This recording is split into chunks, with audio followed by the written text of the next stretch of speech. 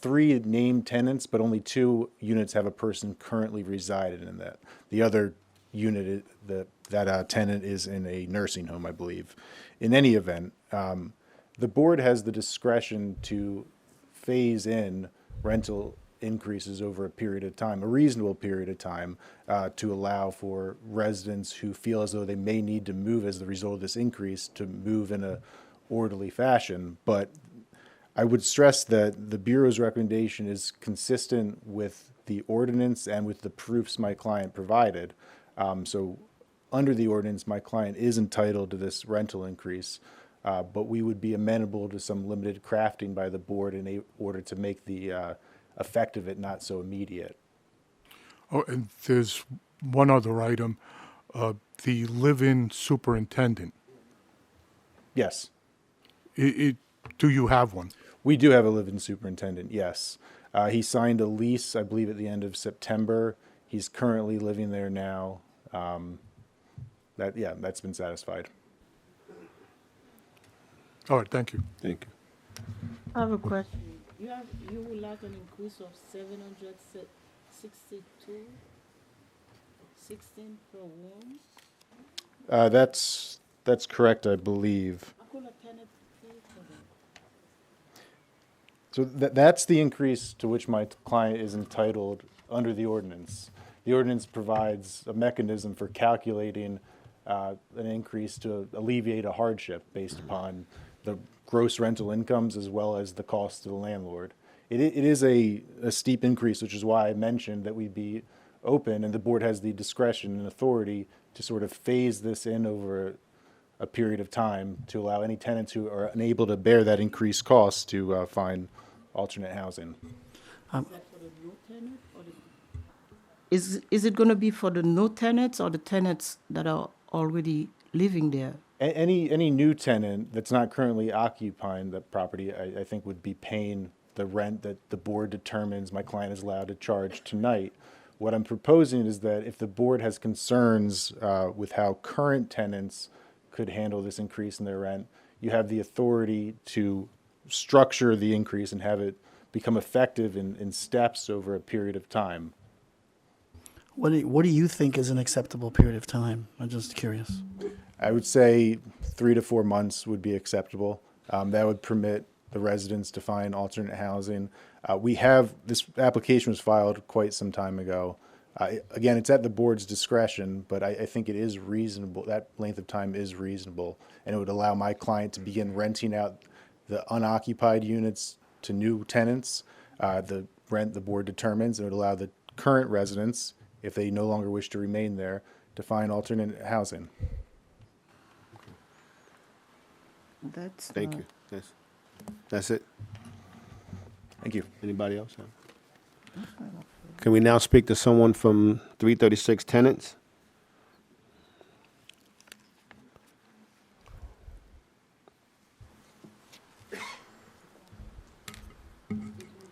My name is Mark Rosenthal.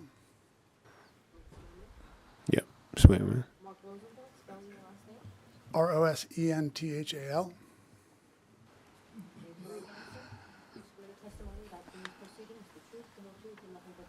I do. Good evening, ladies and gentlemen of the Rent Leveling Board. My wife is a 20-plus year tenant of this building. She would now have 3 months, according to these people, to find alternative housing in the area so that she can just move right along based on the needs of this owner, this management company, who unfortunately, although we've been told on many occasions that this board won't hear anything but the numbers regarding the hardship, is a bad faith landlord who has treated the tenants awfully and continues to, and is looking to get all of these tenants out of the building as quickly as possible, and has upon arrival. And in fact, representative of the owner himself told me in person, word for word, that he was guaranteed an empty building, and therefore he will not spend another penny on the building until all of us are out, because he won't put, in his words, good money into bad money. Bad money would be providing for the legal tenants that pay their rent in this apartment building, okay? As far as the live-in super is concerned, you were just told a complete lie. It's possible that some paperwork will appear with a lease post-dated, or rather, backdated to September. The super spoken of is a gentleman that I met the other night when a vacant apartment below me, I heard noise down there, and I live with my wife and 2-year-old daughter. So I went down close to midnight on a Saturday night to see who was there and spoke in Spanish with a gentleman who told me that he had just become the super. He didn't know how long he'd be there, but Holland told him to stay there, and he would be there for he didn't know how long. That's what he said to me. In recent correspondence with the Municipal Court of New Jersey regarding the harassment charges that we tried to get on before the Municipal Court, we still pending for this landlord, Zevi Stein, the person that's sitting right there with the attorney, said that I was the super because he had offered me the position and I had accepted, and therefore he'd given me a rent discount as my payment as the super. We once had a conversation where in mid-conversation, Zevi said, how about you be the super? I said, I'd have to talk to my family about that. That was the end of our conversation. And yet in writing, we have Mr. Stein saying that I was the super and that I was taking care of the building and I was maintaining it and therefore getting a rent discount from Holland Management because of my work as the super. Months went by, with also other documents that were shown to this board with another man named Pedro named as the super. Did not live on the premises, did not recognize himself as the super. I knew the man personally because he came to do work every once in a while in some of the apartments for Holland. He was not the super, but he was named as the super. Now we have a super that signed a lease in September who lives there now and has a lease and he's a resident, according to them. Well, great. It's all solved now, and so now we can raise the rent and everybody can leave in 3 months after my wife has lived there for 20 plus years and paid rent on time. However, our rent isn't getting cashed recently, and it hasn't been for months, and we've received no answer to Holland for why. We have records from the bank showing that we pay our rent on time every month, and yet it's not being cashed. Why? Perhaps it will be held against us at some point. We'll be told that we're in non-payment, and therefore we have to go to court about it. Yet another form of harassment, over and over again. Once again, I was told that the Rent Leveling Board will not consider items other than the numbers in this case. But this is, once again, 100% true fact with police records to show it. These people put rancid materials in closed apartments behind locked doors to make the quality of life bad for the tenants. We had the fire department bust open an apartment and they found it there. The only people with keys to these apartments were Holland Management. This is their idea of dealing with the situation of the tenants that they were guaranteed, I don't know, by magic, I don't know exactly how, by murder, they were guaranteed would not be in the building, make their life, the life of a 2-year-old and a family unlivable in the place. So they'll want to leave. 3-4 months from now, we can leave. Yeah, sure, we'll just figure out another place in the area to leave with comparable rent or somewhere in some other town somewhere. We'll do it in 3 or 4 months.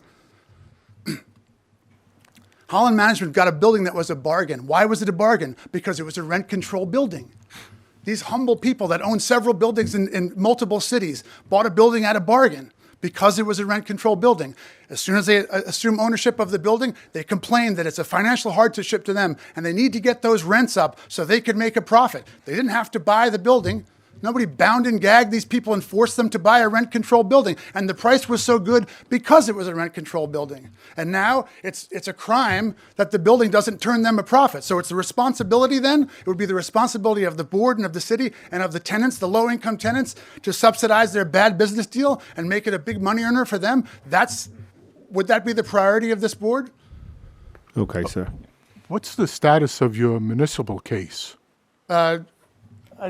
Another tenant who answers has more of the dates and everything in question. We've had a couple of adjournments, and the representatives of Holland named in the case have never showed up, and in fact have warrants for their arrest because they've never showed up at any of the hearings thus far. The other young lady would have to be sworn in. Okay, I'm finished. Thank you. I just have one question. Is the super present tonight?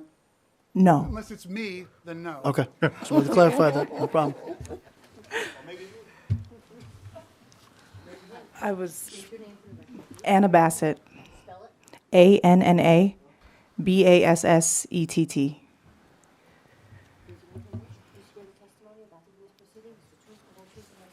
Yes. Okay. Should I read? I was trying to support the question that you asked about the court cases. Read it. So to answer your question, we have been to court multiple times. There is a current warrant out for Zevi Stein's arrest and a Simon Feldman's arrest. We don't know truly who Simon is on the documentations that you guys have. Some they've sent to tenant landlords, some they sent to rent leveling. He's listed as the landlord. Then there's a Luther Feldman in there somewhere. We don't know who's who, but we did go to court. We took them to court multiple times for the harassment, and they chose not to appear. And we recently got an email from them, 2 weeks ago, and to their response for the harassment is this. For the court appearances that they should have attended and now have warrants for, that we have evidence to provide, that we were hoping to have our time to share, this is the response. Concerning the baseless allegations such as orchestrating a break-in, they are so unfounded and without evidence, we find no need to dignify them with a response. And that's for the failure to maintain services petition that we're currently in line for. Now, with an active warrant and a need for them to appear in court, they respond to the petition saying that. You're responding to something you should have shown up in court for?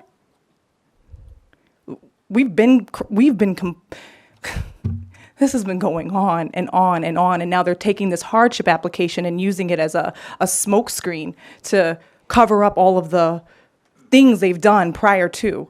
We had been filing complaints, and they have been ignoring us. I'm sorry, I had something prepared to write, but I don't even know how to start or where to start because it's so unconscionable. I can't even wrap my brain around it.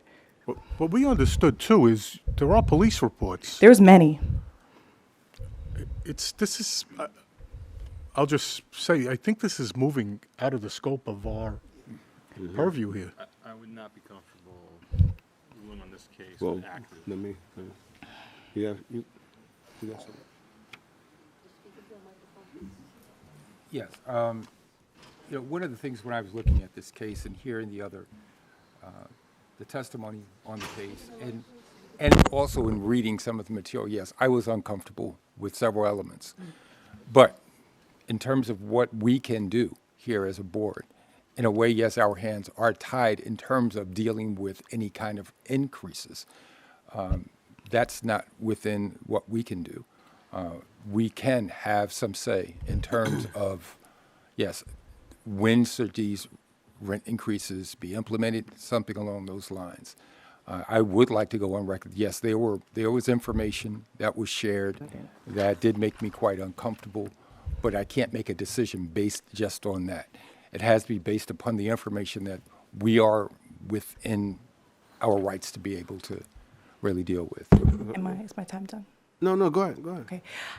That's essentially the ask. Ultimately, I think we are asking for the Rent Leveling Board to either deny the increase, given the evidence that they've provided to you that is inconsistent. They've literally been lying to multiple people, including us, and we've been dealing with this, trying to respond to it for some time now. And so I think that the complexity of the situation, I feel like it warrants a judicial scrutiny, which we were hoping for, except they don't show up to court.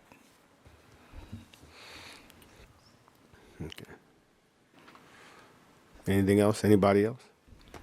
I think we have a question for Well, no. for Eric, For a question, and this concerns verifying the on-site landlord. As far as our file, there was no landlord on site. Super.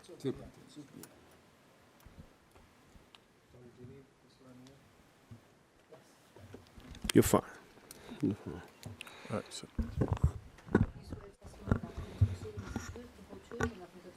I do. You all know me. Assistant Director Eric Bulwith. I was the hearing officer for this case. I'm sorry, again, the question? The question was, now there's, whether there really is a on-site superintendent. So how is that verified So, independently? well, okay.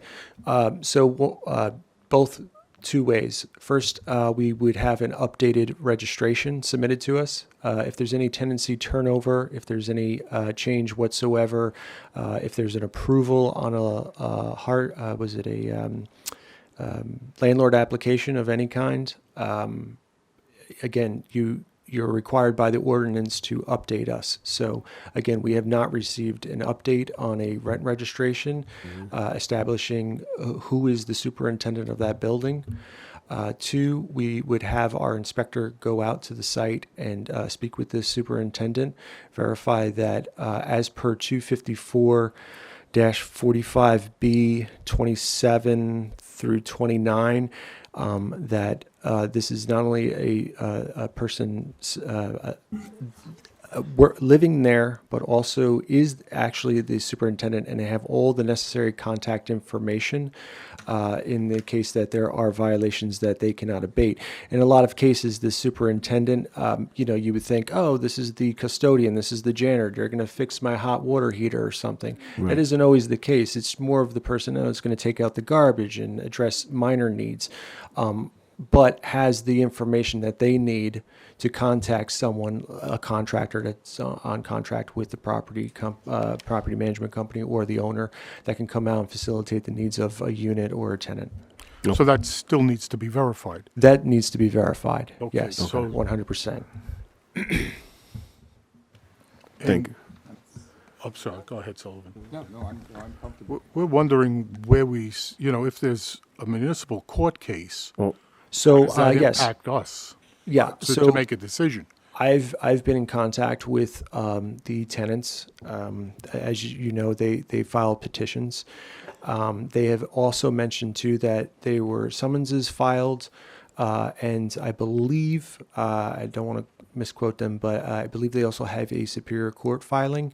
Either way, we would ask too that we get those docket numbers and those summons numbers, just so that we can track that. But as per substantial compliance is concerned, defined, it is also city and state violations that need to be abated. So I'd have to check, but it should be substantial compliance per the property. I'd have to revisit that and look that up. I don't know if it's again violations that are brought against an individual person. In this case, it would be an LLC that owns the owns the property. Okay, property management company there. I'd have to look at the summonses and the dockets just to make a decision on that. Okay. I mean, we, as a board, try to make a good faith effort to work with the evidence that we have. But if we're hearing, and we're hearing these things. We don't, like as you say, we haven't seen summonses. Right. We don't know anything else, but it seems like it would be wrong of us, in a sense, to just work with, the simple facts and try to apply the ordinance when there may be other things going on outside of this case that, Right. Yeah, I'm sorry. I don't mean to cut you off, Commissioner, just but makes it difficult that's- for us to make a decision. Right, and that's why too. When I recommended that, if they're, again, we recommend that it's approved provisionally for 6 months, because again, at the point that it was that recommendation was drafted, we had only confirmed with Quality of Life Task Force that all the violations that they have issued were abated. We confirmed, again, with our own inspector, Chief Inspector Tom Colleen, that the violations he found were abated. I do know that the Office of Landlord Tenant Relations issued a 260 that was abated in court as well. However, the on-site superintendent, again, we cannot confirm whether it's there or not, so that violation remains open. We have not issued a summons for that yet. We have noticed for that. The property owner does know that they are required to have an on-site superintendent present and housed at the property. Getting back to this was, again, if you remember right, it was originally remanded to allow the property owner to submit additional documentation. Once I received that additional documentation, everything seemed to pan out with the exception of two issues. There was the property management company and the owner were found to not be an arm's length transaction. They were one and the same. Mr. Luther Feldman is a member of the LLC that owns the property, and he also owns Holland Property Management. There were no third-party vendor estimates that could substantiate the amount of fees, so I removed that from the equation. The other issues that we found were that some repairs, quote unquote, were actually capital improvements, and we did not include them in this application. That does not mean that the landlord cannot submit a capital improvement application based on that. It's just that we're not including that in this recommendation, this determination.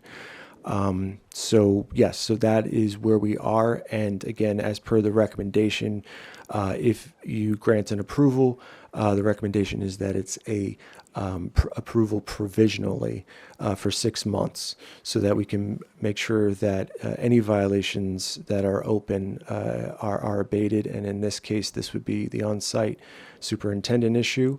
And again, once I look into the summonses that were issued against the property owner and property management company, and if there is a Superior Court matter that's open, I'll have more information on that. And that's really it. Again, it's a recommendation, so. Question. Yes. Eric, in terms of that determination of substantial compliance, that would have fallen under the umbrella of having the superintendent present at this property? 100%. I Yeah. just wanted to make absolutely sure. Yeah. So you have, you obviously have 260-10. The subsection 10 it covers hardship increases. And then there is subsection 260-3, which is allowable increases. You need to, as per 260-3G, have a full building inspection done of the property within 6 months prior to applying. Okay. We had that, and we continued that inspection, that investigation. Again, our chief inspector is not here tonight. Tom Colleen found that all those violations he found were abated. But again, you need an on-site super for this property. They do not have one, or we have not seen that there is one, or can prove that there is one at this property. Okay, Eric. Thank you. Okay, thank you. We hear from Director. If I may just say something first, or, go ahead. Good, sweet.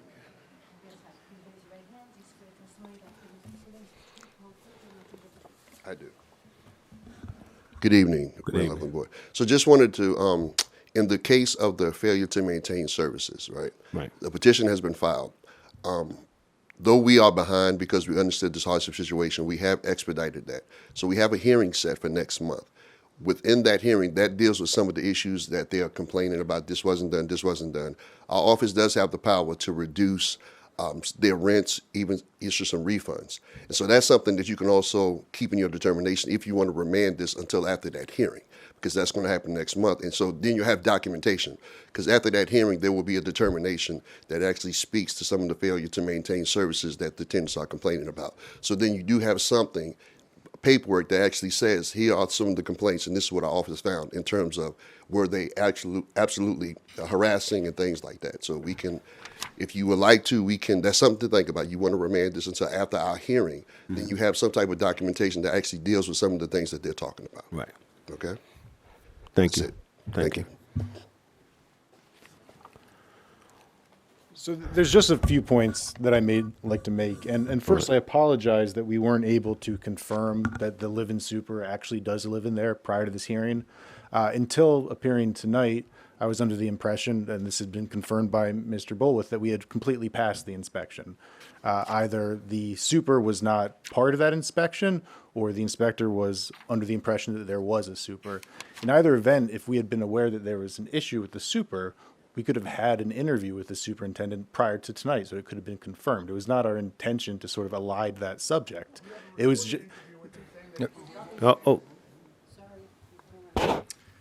So again, up until a few moments ago, the most recent communication we had was that we had abated all the violations and had achieved substantial compliance.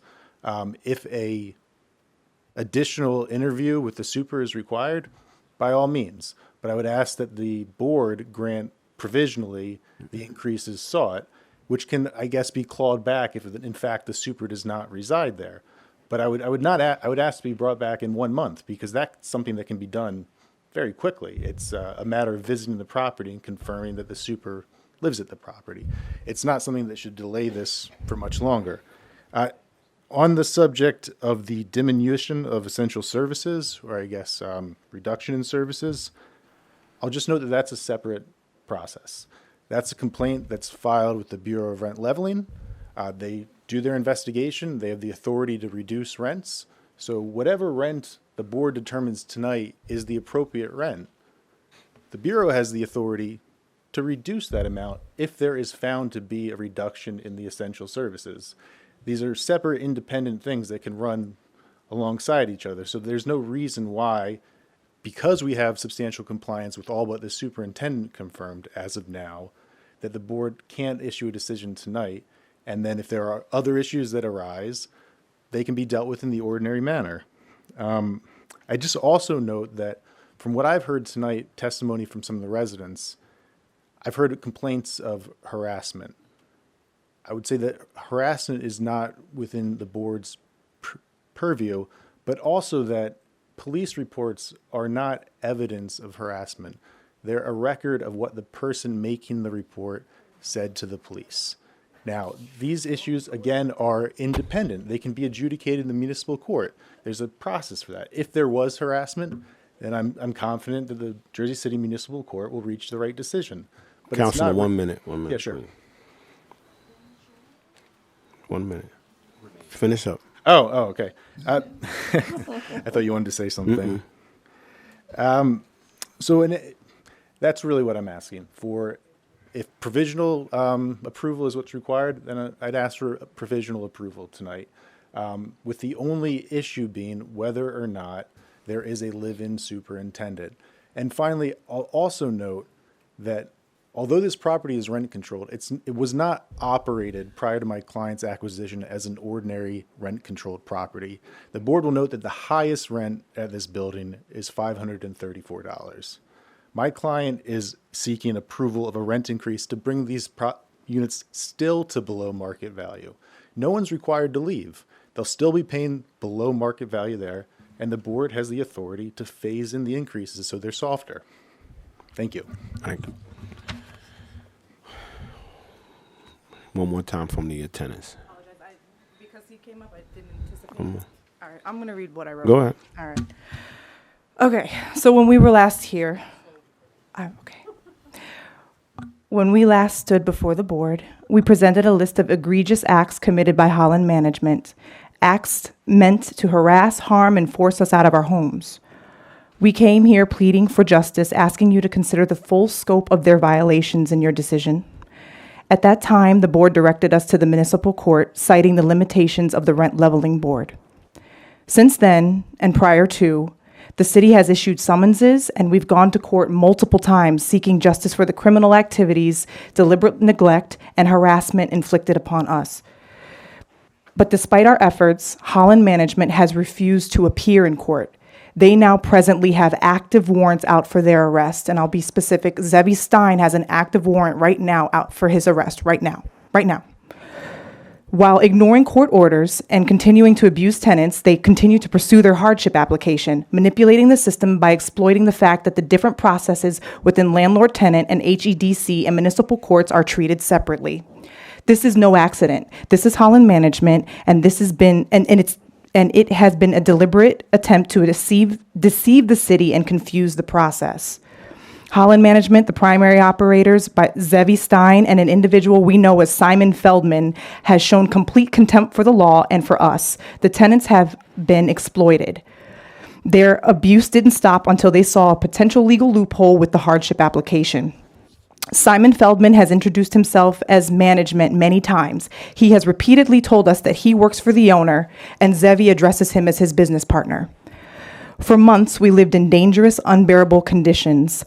I personally have spent over $8,000 just to have basic necessities, running water, a safe and functional place to sleep, and use of the bathroom, and to be able to think straight in the midst of these attacks. I work from home. Holland Management deliberately withheld hot water, failed to maintain security, and ignored urgent repair requests like fixing locks that were deliberately glued shut to a break-in on the same day, and failing to provide footage after the break-in that they had full vantage points of with their hidden cameras. They refused to cash tenants' checks and intimidated the elderly tenants, which, by the way, they helped move out last month. They got the gentleman that was here the last time, they helped him move out while they had an active warrant, so he's gone now. They refused to cash the rent checks and intimidated elderly tenants by falsely claiming that they never received them as a retaliation to the fact that he would not pay the decreased amount until Holland Management put it in writing. And this was after we all received a rent increase letter. They said, here, as of this date, you pay this increased amount, so we all paid it. And then they chose to just not cash the checks and then found this way to file for hardship. So there's that. Their behavior has been emotionally and financially abusive, and now they have the audacity to ask for a rent increase. We are not here today asking for exceptions to a fair process. We are demanding that Holland Management, Zevi Stein, Simon Feldman, Luther Feldman, whoever they are, be held accountable for the harm and damage that they've caused and the laws that they have broken long before they filed hardship. We are asking the board to require Holland Management to be held to the same fair process that they stand before you here asking for. Their decision to not acknowledge us in court of the law has been insulting, and we have an overwhelming amount of evidence displaying the egregious behavior of Holland Management and the harassment that we endured. Rather than appearing in court, they chose 2 weeks ago to respond to us through the landlord-tenant's failure to maintain services petition process that we are currently waiting in line for. Okay. Sorry. Okay. Thank you. Okay. Motion to close. Public Second. portion. Motion to close. Second. Sorry about that. All right, we have a motion to close the public hearing? Yes. Public speaking, I'm sorry. Do I have a second? Second. Motion is closed. Open and second. No, we don't need a roll call. Yeah. No.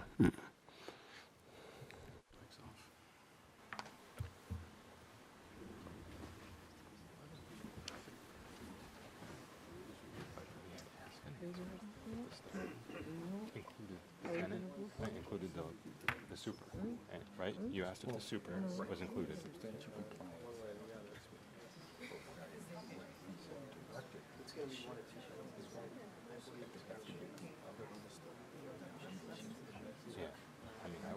Okay, we asked, rent leveling board, please, whatever confirm you have, it has to be said on record. So, I'm sorry.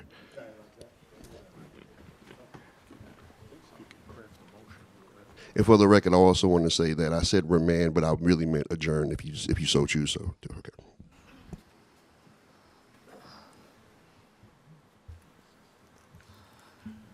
Director, may I ask a question? I just don't know if this is appropriate or not, but can we actually take a 2-minute break? Where we can go and have a consultation inside the conference room, or is that inappropriate? I don't think we can. Yeah. Yeah, officially, everything is supposed to be on the record. Okay. Yes.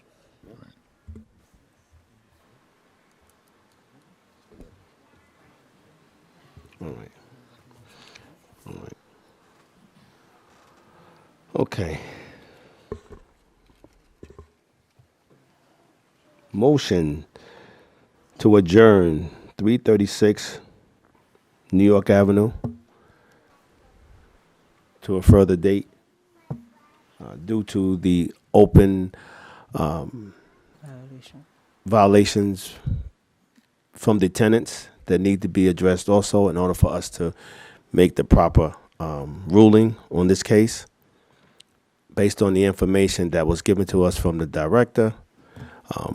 We need to have that information in order to come to a ruling that is appropriate for both parties. Second. Okay, we have a motion to adjourn this case to a later date, and we have a second. Okay, and the second from Alexander. Okay. Okay, so we're gonna have a vote. Motion to adjourn to a later date, possibly the December rent leveling board hearing. We have Alexander Hamilton, Yes. Dana Hill, Yes. James Eacock, Yes. Mark Isikoff, Yes. Sullivan C. Johnson, Yes. Elder P. Pitchernot. Yes. Okay, motion. Yeah, we have 6. Yeah, Motion carried. motion carries. All right. Thank you. Again, I just wanted to make an announcement before we start the next case, 2 cases. Folks, if you have any testimony, please reserve that until you're called and brought before the microphone so that our stenographer can take everything down and record it properly, okay? Again, you just have to motion, and then if the board allows it, they'll call you up, okay? So we have 2 cases, but it's really 1 case. It's 2 Yes. properties. It's 201 St. Paul's Avenue and 10 Huron. This is both claim number H-2024-004 and H-2024-0005. Property manager Sean Kilby, attorney for the owner William Goldberg Esquire, and this is for the St. Paul's Condominium Corporation. That is the property owner. We have a number of individual units on here. That's on the agenda. Again, we're open to the public portion of this hearing. Do you have any preference as to anyone that you would like to hear first, commissioners? You guys want to hear from the tenants first? Huh? No. No. We can hear from the tenants first. We can. Okay. I mean, it's more. Is the owners of the 2 said properties here? Is anyone representing the 2 said properties here?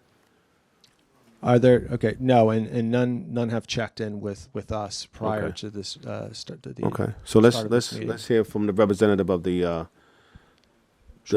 lawyer from, or the person that's speaking for both parties. I don't believe that we have an attorney present for the tenants, but anyone like to start? I'm sorry? The property manager is here. Okay. Yeah? Okay. So this is, sorry, Mr. Sean Kilby? Okay. If you could just step up to the microphone here. He was just running a little late, so I ran out to grab him. Would it be better if he spoke, or should Okay. Sure. I'm sorry, this is your attorney? Okay.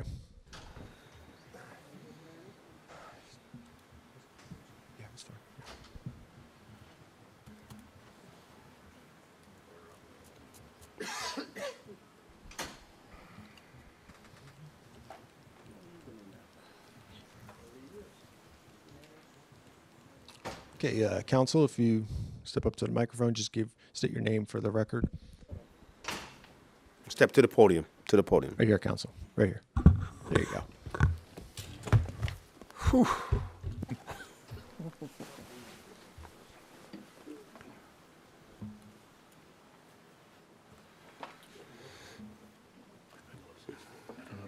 Was it clear for the last case that Good evening. Good evening. Good evening. I presume that each of you has reviewed the submissions of the applicant.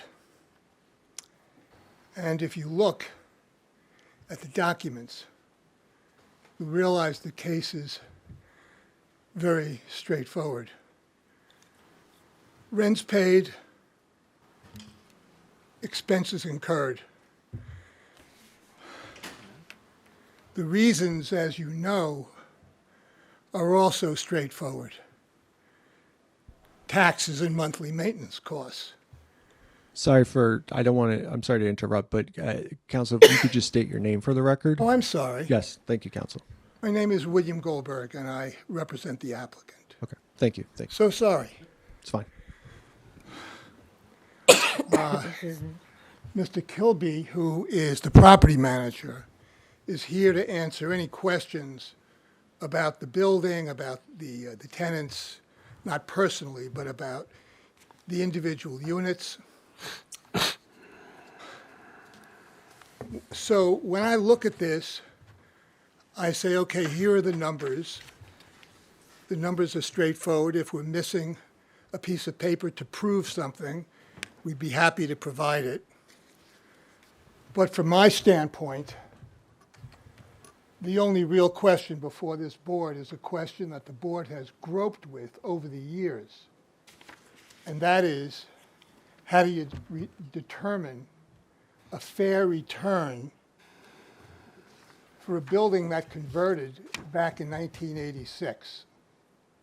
And I'm guessing that 90% of the tenants who are here today are the beneficiaries of that conversion.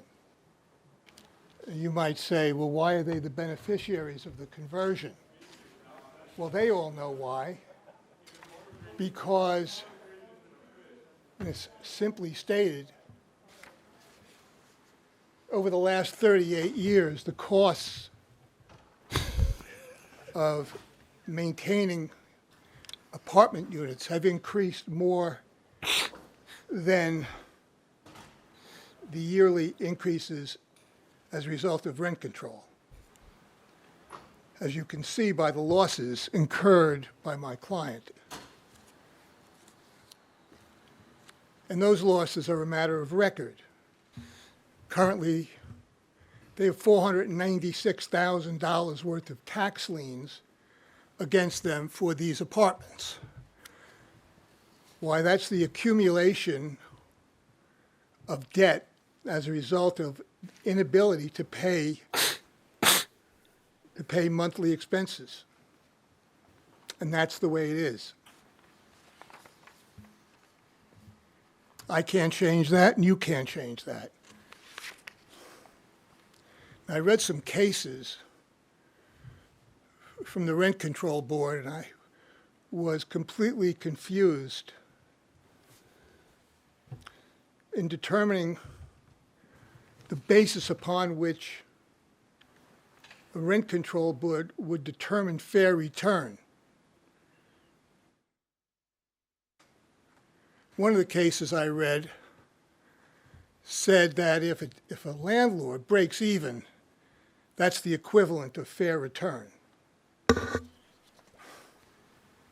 Well, that's not true. The landlord has $10 of expenses, and he has an income of $10 from rents. That's not fair return. I will concede, it's not a matter of conceding, state with categorically that the issue of fair return is very tricky because it changes or should change from building to building. It could be based on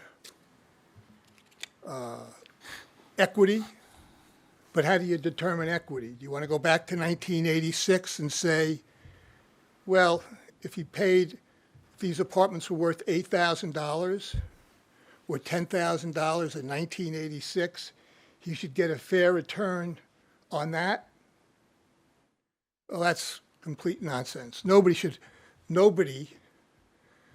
be paying hundreds of thousands of dollars in excess of what they bring in and be told that if they want to make a profit, it'll have to be based on costs in 1986. So if that's not the basis, what is? Well, is it value? Do you look at the value of his individual units and determine fair return based on value? Or do you determine on fair rental value? There's a chart which was prepared by an expert, which tells you that the average rental, equivalent rental in Jersey City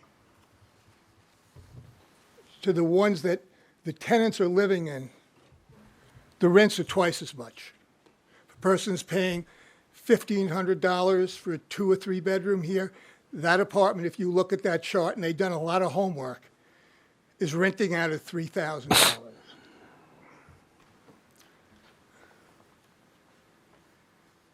I have done a lot of work over the years in this area. I was chairman of the Landlord Tenant Study Committee before Hughes and Cahill when we drafted the Just Cause Law. So I represented over 100 tenants associations, starting with associations in Jersey City. So it may seem that the role that I have now, which is to represent a landlord, is a switch. But it's really not a switch. It's just seeking from this board to do the right thing, regardless of whether it's landlords or tenants. There aren't any good guys and bad guys. You know what there are? Extremely fortunate, lucky people who are sitting in this room, all of whom know what the world outside really looks like. And it's harsh. And that's why they've been sitting in these apartments for 38 years, because the world is harsh outside. And they are paying premium, when I say premium rentals, I mean on the plus side for the existing tenants. And they've been doing that for 38 years without anybody saying a word. Morton Ginsburg, who passed away in 2020, didn't do a thing about advancing his own interests for over 30 years. In 2019, he said, I've got to do something about this. I've got to break even. So I told Mr. Kilby in 2019 to prepare a rent control application to get a hardship increase 5 years ago. And he was told, at that time, Morton was left with about 30 units. He was told he couldn't do it for the whole building. He could only do it for 4 units at a time. And he had to do all the inspections. I remember this very clearly. Had to do inspections before the application. The inspections had to be completed before the application for the 4 units. Well, we spent a year trying to get those apartments cleaned up so he could make an application for the 4 units. But Mr. Ginsburg got discouraged and decided not to proceed, and 3 months later there was COVID. And that was the end of that. Then Mr. Ginsburg passed away in 2020, and his daughters, Ann and Ellen, are not now taking, I think it's $11,500, and have been for the last 4 or 5, no, I shouldn't say that, that's incorrect. Have not been taking $11,000 out of their own pocket. It only really got to be horrendous with the increases in maintenance costs and the increase in the taxes, 32% increase in taxes, which pushed up their losses to the breaking point. So that over the last year, they've paid, I think our experts said $137,000 out of their own pockets, which they haven't paid. It's just there are tax liens which keep growing and growing. But that's the situation. Counselor, you have 2 Just minutes. one more point, and I will keep my mouth shut. It ain't about the good guys and the bad guys. It's about fundamental fairness. Nobody, I mean, every single complaint that was ever registered, to the best of my knowledge, because this is what the instructions they gave, if there were complaints, take care of them. So as of the time that we filed, I made certain that there were no outstanding complaints. And if there were, I don't know about them. But that's it. You know, I don't have to say anything more because you have all the documents. Mr. Kilby is here to answer any questions about the building. I don't even have a suggestion on the issue of how you would determine fair return. It's such an unusual situation to try to figure out which of these alternatives do you utilize? Present value, past value, value in 1986, rental value minus X. Very difficult question. But the Supreme Court in 3 cases, and I'm not only talking about the New Jersey Supreme Court, talking about the United States Supreme Court, has told you a landlord's entitled to a fair return. And a fair return doesn't mean he's breaking even. So that's what you've got to figure out. If he's got $10 of expenses, and now he's only getting in $9, well, we know he's got to get the extra $1. We know that. Nobody, after this proceeding is over, is going to be forced to live by taking losses. That's not going to happen. The question is, in addition to not taking a loss, how are you going to structure his relationship with his tenants so that they are treated fairly? I am in no way suggesting that you should look at the value of these apartments and give him a percentage of the value, because that would defeat the purposes of rent control. Purposes of rent control are to control rents. So if you give someone a percentage of current value, that would be not a violation, but it would be inconsistent with the purposes of rent control. But if you gave them nothing, that would also be inconsistent with the objectives of the law and the clear statements of the New Jersey and United States Supreme Courts. And I cited the cases. They're very simple. They keep saying over and over, every landlord is entitled to a just and reasonable return. The problem is they stop after the word return. That's the problem. They don't say based on X. If they only told us that, then your job would be very simple. But they don't tell you that. It's always a just and reasonable return, period. Mr. Goldberg, I think Yes. that you've presented your points pretty clearly. I think we all have that. Okay, Just in the spirit of fairness to the remaining individuals that are in here, I just want to try to see if we can give an opportunity for one of the tenants to speak as well. But I clearly understand what you're saying. Oh, no. I'm sorry if I said too much. I presume you all understand what's involved here. And I will, that's enough. Thank you. Thank you. Can we hear from a tenant, someone representing the tenants? Steve Lipsky, resident 201. LIP as in Peter, SKI.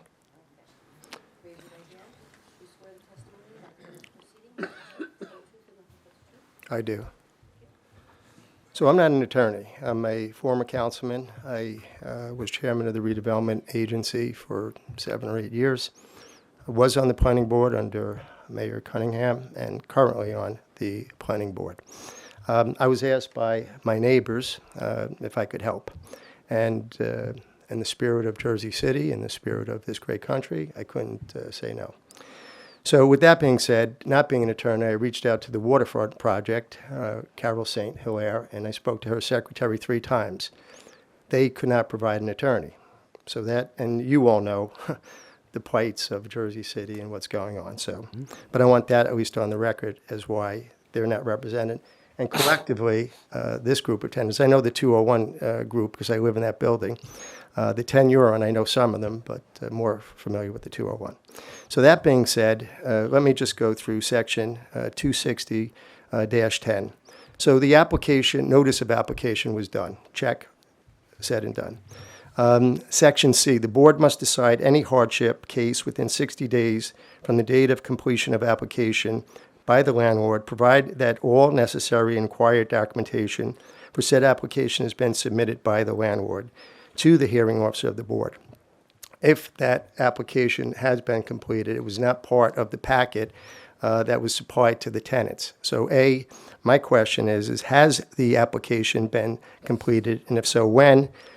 Because then I think that would kick off the 6-month period of abating any conditions within the units.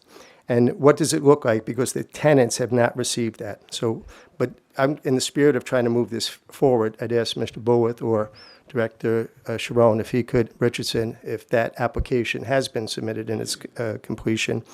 And then maybe Mr. Goldberg could answer why it wasn't supplied to the tenants. Section 260-10, Part E, the board shall deny all or any part of the relief requested where specified findings of fact support the conclusions that the landlord purchased or operations are not reasonable, prudent, or efficient. Mr. Goldberg represented that Mr. Ginsburg applied for a hardship application in 2019. Fact is that the application was sought in 2017 by a previous lawyer, I believe his name is Sapio. Then Mr. Goldberg got involved.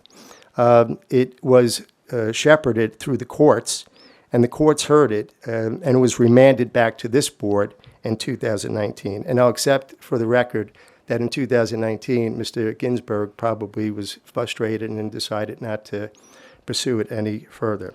So I understand that the application back then also, I believe that it was an incomplete application, insufficient documentation, and failure to provide rent rolls for every year as the annual landlord on the annual landlord registry, which I still believe is the fact of today.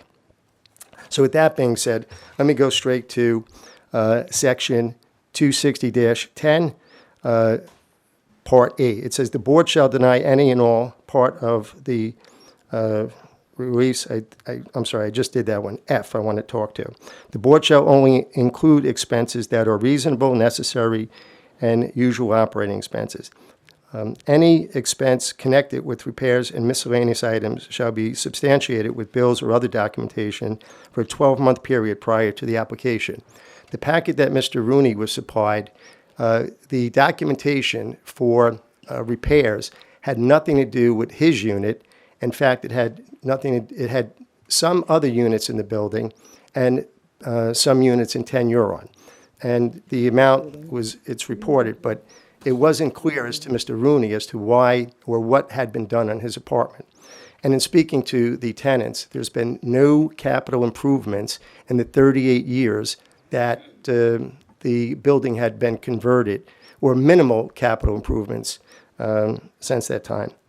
But here, more specifically, let me just say, is in 260-10, Section G, it says, documentation presented by the landlord in the hardship application must include the following: the title, closing statement, or other proofs of purchase. Well, that was answered in the letter of September 17th that was supplied by Mr. Kilby to the residents, because this was a building that was built in the 60s. And I don't know if Mr. Ginsburg was part of that initial phase, but by the time 1985 came in the conversion, there was no original document, so fair enough. But it says, number 2, it says, cancel checks or other proof of payment for all expenses claimed in the hardship application. And number 3, all cancel checks or other proofs of payment for all expenses claimed in the hardship. To both of those points, no cancel checks or proof of payment have been supplied in this application. I mean, I have it here. What was supplied was 2002 and 2003 taxes. But before I get to that, it says all invoices, bills, or other proof of work performed, supplies purchased and/or equipment purchased as claimed in the hardship application. Again, in the packet that Mr. Rooney received, there were about 4 or 5 invoices not pertaining to his apartment, but to 2 or 3 other units, not only in that building, but in the 10 Huron building. So there was some confusion as to why that was part of his packet on the whole. But then at number 5, it says a compilation statement of income and expenses relating to the subject property only for the preceding 2 years or from the date of acquisition of title of the property for if it's owned for less than 2 years. So what Mr. Kilby supplied to the residents was a compilation sheet. I have it here, and I could put it in as an article if need be. It's a projected income statement for 2024 from January to June, and then there's a projection from July to December. Now, if you look at this statement, and Mr. Goldberg had said the 2 preponderant cost to the estate of Mr. Morton Ginberg, because that's who the taxes are filed under, the combination of maintenance fees for 10 Huron and maintenance fees for 201 come out to $145,127.18. The taxes on here for 1 year come up to $139,884. So those 2 combined would bring a grand total for this year alone with the projection of $285,630.48. $285,630.48. The collect rent, or at least is reported, of $215,673.96. So if you took the taxes and the maintenance, and it's rounded out to $285,000, and you took the collection of rent $218,000, the difference is about $69,000. For 2023, the 201 St. Paul's conversion. Mr. Lipsky, just 1 second. I'll wrap up in 3 minutes. So if you took the $69,000 and they're reporting that their 2023 income was $19 million, it would be this percentage of loss would be 3/1000ths of 1%. If you took 3/1000ths of 1% and you applied it to a income, and some people here do work, of $50,000, the loss would be $150 for the year. So if there's a hardship, my position is as Mr. Goldberg said, and I think it's pretty offensive to say these people have been privileged, for 38 years. Had they been out on the street, maybe they would appreciate more where they're coming from. But I'll leave you to decide that.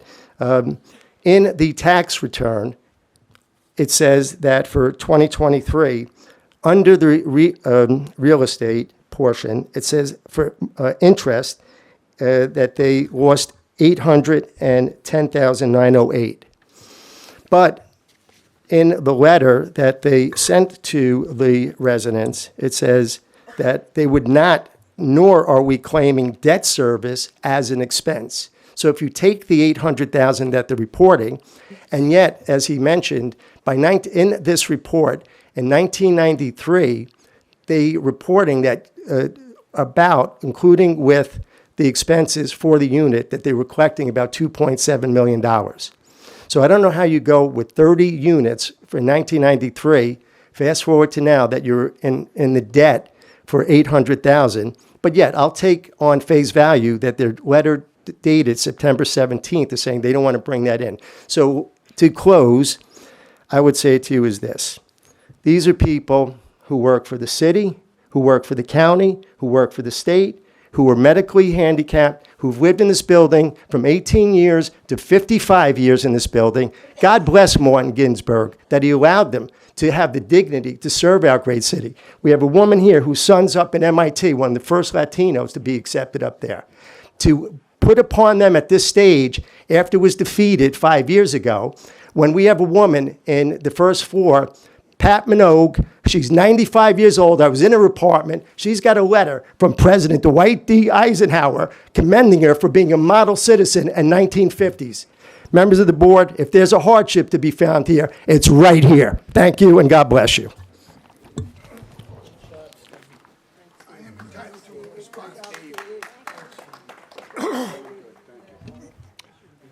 Most of what he said is true, but some of what he said is in error. Number one. So, I'm sorry, I just asked that you speak into the microphone. Number one, it was Mr. Sachs, who owned other units, who had a legal case that was rejected, not Mr. Ginsburg. Mr. Ginsburg had nothing to do with that. So everything he said about that other case and it was rejected, he didn't want to go to court. He never did go to court.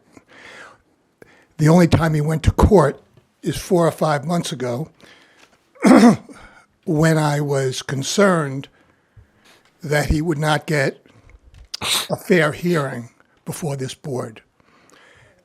And that was based on the fact that for a period of 1 year, I tried to actually apply. I never did apply, sir, to the board 5 years ago. I never did apply because we were required before the application to complete all the inspections. And at that time, we were required to complete 30 inspections. But we could only have 4 units inspected at a time. And after the 4 units were inspected, all defects had to be corrected. So after the first 3 or 4 months, we were able to do the first group. But after the second group, and we hadn't filed an application, we were never permitted to file an application. So that was the situation 5 years ago. There was no judgment because there was no application. Mr. Ginsburg was always concerned with his tenants. He never, ever considered, even when he was losing money. I've represented him since 2001. I probably have been involved in payments, tax payments for tax deficiencies for 20 years where he was taking losses. 20 years, every time he sold a unit, he'd write out a check for past payment of taxes. And his attitude about the tenants was, leave them alone. And he did. He left them alone, and nothing really was done or wanted to be done until 2019. I just ask you to look at the documents. Whatever has been submitted, you'll, of course, consider that. I rely on the integrity of those documents. If there's something we haven't done correctly, if there's another document that's necessary before you can make a decision, if you need A, B, or C, advise me or Mr. Kilby as to what has to be done in an application like this affecting so many people. It's more likely than not that we made mistakes or that something wasn't done the right way. We're not the bad guys. All we're trying to do is get it done. Just get it done. If there's a missing something, tell us what it is. We will get it to you and rely on your sense of fairness to just do the right thing. Thank you, Mr. Goldberg. And can we also ask too, we can't have side conversations. You know, I understand that, a lot of people might be emotional about this, but we have to kind of keep order. So I understand, but we can't have side conversations. Can I have 30 seconds? And that's it. If 30 seconds. 30 seconds, right, because there's something that we have to First off, I just want to apologize to Mr. Goldberg. I stand corrected, and I'll accept that. And secondly, when I heard that, and it will be 45 seconds, when we heard this hardship case before, that landlord sounded evil. He's completely right. Mr. Ginsburg and also Sean Kilby have been class acts. And I've lived in the building. I've served on, and he'll tell you, I was board president. We do a lot of great work up in Journal Square. But here's where I end. And as Mr. Goldberg just said, he said, they may have made mistakes. So I'll leave with you this. Under Section 260-10, Section H, it said, claimed expenses that are not supported by bills or invoices and canceled checks, money orders, or appropriate proofs shall not be allowed. And so in the Part G, I said to you, on Part 2 and 3, there have been no canceled checks that have been submitted in this packet, and I would ask if Mr. Bulworth, Mr. Richardson could confirm that. Thank you. I actually do have a question of Mr. Bulworth, if I may.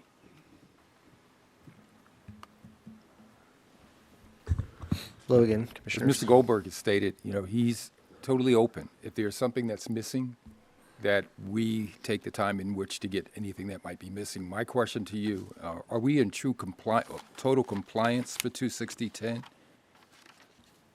To my knowledge, I honestly do not know. This was, again, remanded from Judge Costello to the Rent Leveling Board before I could even review or do anything. We were being asked by the property owner's attorney to put it before the board as requested. As stated by Judge Costello in her order. So we did that. But yes, I mean, if you want us to review it, the Bureau, we most definitely will be able to review this, and we can offer a recommendation. But to date, hardly have even touched this application or looked at it. Okay, Eric. In the package, we had Exhibit 13, which you did lay out a number of findings for both. Is this on? Yeah. So you did lay out a number of findings for both 201 and 10 Huron. So I think our interest is to find a path forward. So if you've laid out to them certain findings, and we also had the issue of the inspections, which through my reading of the file seemed to indicate the inspections have been completed.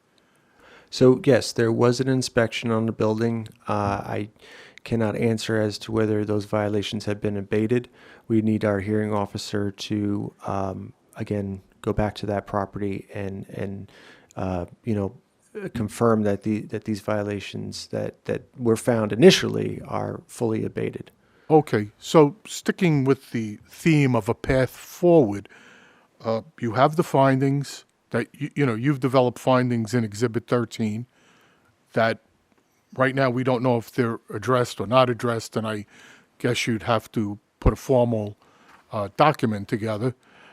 And the second thing of the adequacy of the inspections.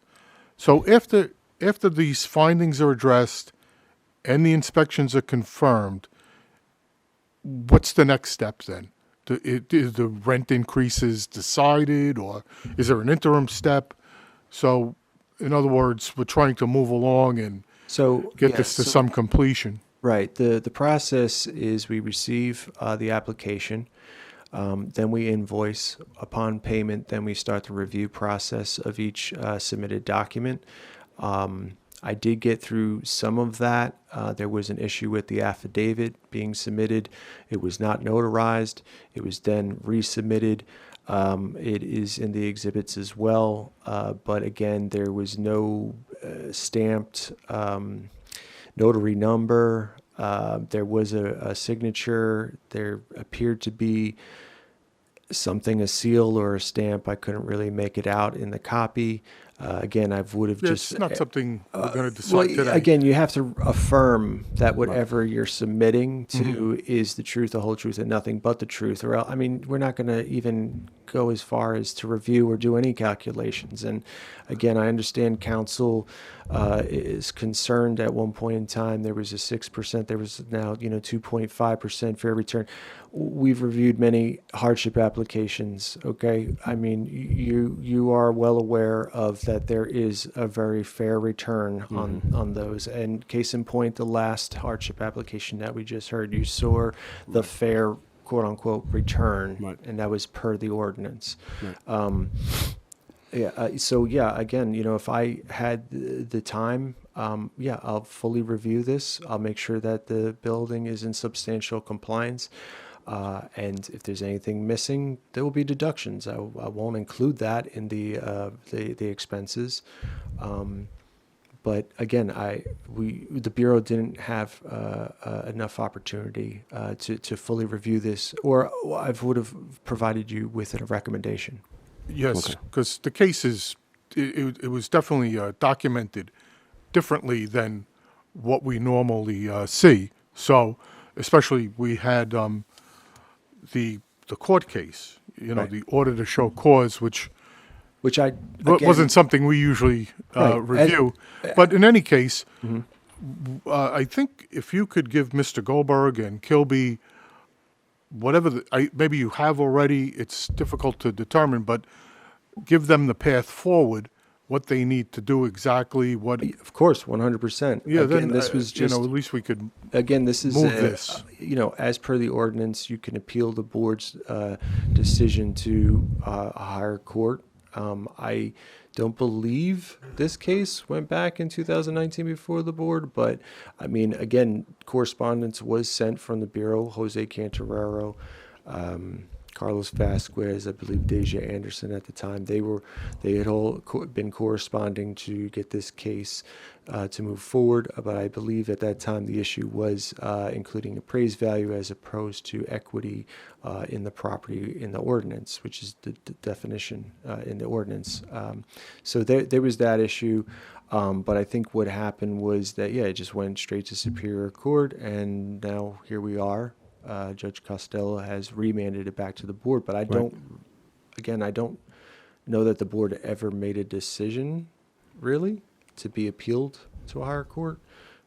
But I'm willing to, submit the documents. I'll take a look. We'll take a look at them, and we can offer our recommendation to the board.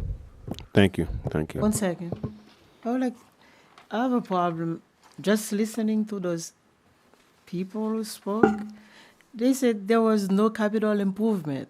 So any landlord who want to make profit, they just say, oh, this is the value market, and they raise the rent however they want.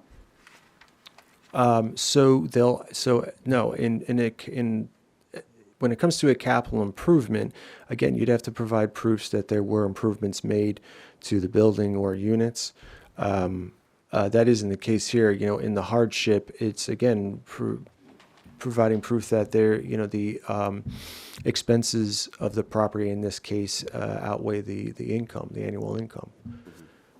But now, if there are any capital improvements included in the hardship, they are deducted. We don't include capital improvements in a hardship application. So how do we come up with those numbers? This is, I'm sorry, the numbers for... We have, you have a paper. No, that's probably different. You could just Keep the it? landlord's numbers. Yeah. But not really- what you're referring to is there was submissions by the attorney and the property owner. Those are their numbers. But the Bureau has not come up with any calculation or recommendation for the board in this case. All right. This is just all correspondence between court, Bureau, and then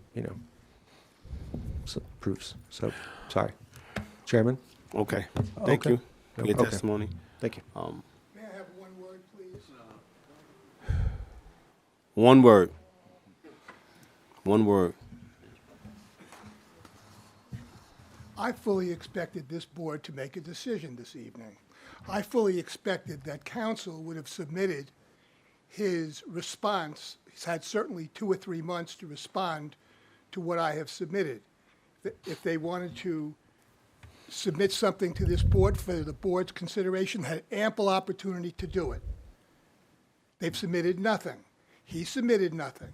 My application, subject to the verbal comments here today, stands unopposed. So my expectation was that you would review, count whatever counsel submitted to you, as courts do, and when that information is before you, then you look at it and you make a decision. I don't know why my client has to continue to take $11,000 a month losses every month because the board isn't ready to make a decision on information that's been sitting there for 2 months. Now, that may seem harsh, except for the fact that my responsibility is to my client. Thank you, Council. Motion to close. Public speaking. Second.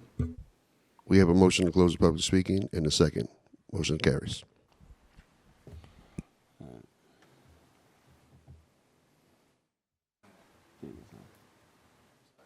You want to oppose the motion? Is there a motion? Go ahead, oppose it. Yeah, That's fine.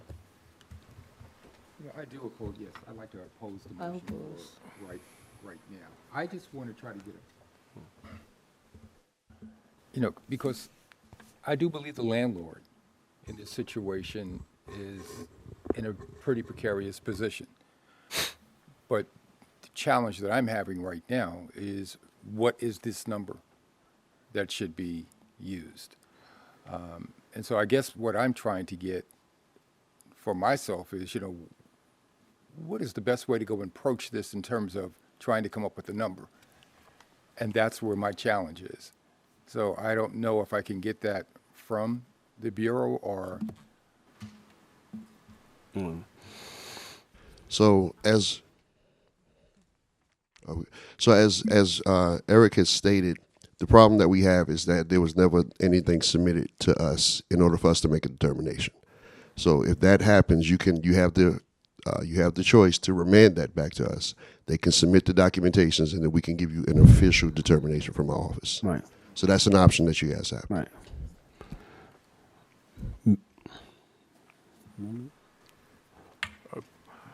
I'll make a motion to remand this case back to the Bureau of Rent Leveling, because for this board to decide, we need solid numbers that would state what is the rent increase per room for each apartment. So we don't have those calculations. So we need, to make it brief, our motion would be to remand this back to the Bureau of Rent Leveling for concrete numbers to determine what the increase should be per apartment. In addition, any items that need to be abated or addressed would have to be abated and addressed, and that would include the Bureau of Rent Leveling providing the attorneys with what's necessary to move forward, so then the calculations can be made. The motion, sorry, sir, a motion has been made. Yeah. I'd second the motion. Public hearing is closed. Yeah. So we have a motion. Second the motion. Motion has been made to remand this to the Rent Leveling Bureau. It has been second, so we're going to have a vote. Alexander, and this is on. Let's split these cases. So this is case H2024-0004, 10 Huron Avenue, and so in this case, to remand it back to the Bureau, Alexander Hamilton, Yes. Danon Hill, Yes. James Eacock, Yes. Mark Isikoff, Michael T. Brown. Oh, he's not here. I'm sorry. Sullivan C. Johnson. Yes. Elder P. Pitchenot. Yes. Okay, motion carries to remand case H2024-004, 10 Huron Avenue, back to the Bureau. In the case, claim of H2024-005, 005-201 St. Paul's Avenue. We have a motion to remand Alexander Hamilton, Yes. Dana Hill, Yes. James Eacock, Yes. Mark Ixakoff, Sullivan C. Johnson, Yes. Elders P. Pitchenart. Yes. Motion carries. Is there any other businesses? So that is the agenda. Okay. Do we have a motion to Motion to adjourn? adjourn tonight's meeting. Second. Okay, so All we in have a favor? motion. Right, Make a motion that Chair? we do adjourn the meeting. Okay, there's a motion to adjourn the meeting. Yes. Right. 7:45 Second again. I'm sorry. Second. Right. There's a second. Second. Okay. Yeah. All right. All in favor? Aye. Aye. Okay. We've closed and adjourned the meeting. Thank you. Thank you, everyone that came out tonight.